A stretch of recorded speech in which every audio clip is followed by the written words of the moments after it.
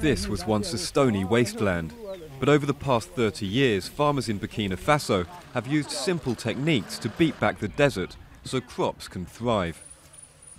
In the small hamlet of Rim, near the border with Mali, farmers use the zai, or stone contour method, to rehabilitate depleted soil. It was a question of using stones to make small barriers, which form a cordon slowing down the runoff water, letting it filter into the soil rather than running down the slope. This infiltration is what allows the plants to grow.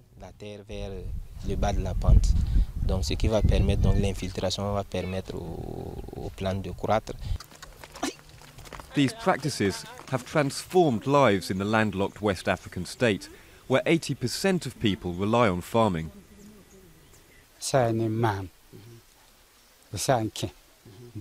I have a family of 11 people.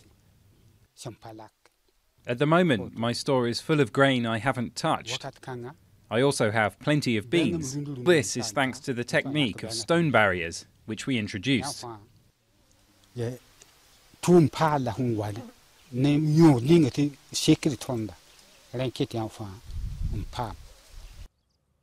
An estimated 500,000 to 740,000 acres of barren land have been rehabilitated in this way, an area roughly the size of Luxembourg. But in a region threatened by the advancing Sahara, there is more to be done. There are still many families who've not had the chance to change. They know and they want to adopt these practices, but they need the means. It doesn't take a lot, but the resources need to be directed to those who need them to implement these practices.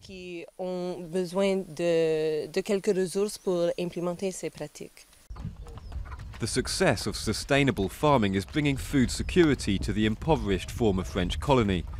But it's also helping stop a rural exodus that's straining resources in urban centres. Instead of being lured by the city, a new generation of young villagers see their future on the land.